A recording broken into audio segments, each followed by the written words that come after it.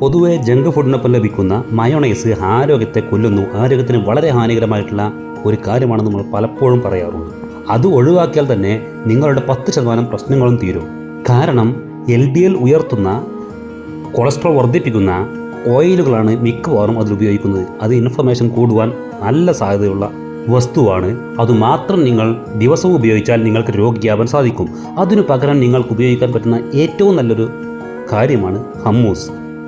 കടലപ്പൊടി കൊണ്ടുണ്ടാക്കുന്ന, ഒലീവ് ഓയിലും കടലപ്പൊടിയും മറ്റു ചില ഇൻഗ്രീഡിയൻസും കൂട്ടി ഉണ്ടാക്കുന്ന ഹമ്മൂസ് എന്ന വിഭവം നമ്മുടെ ചിക്ക് പീസ് കടലകൾ ഉപയോഗിച്ചുകൊണ്ടാണ് ഇത് നിർമ്മിക്കുന്നത്. അതുകൊണ്ട് തന്നെ ഇത് ആരോഗ്യത്തിന് നല്ലതാണ്, പ്രോട്ടീൻ റിച്ച് ആണ്.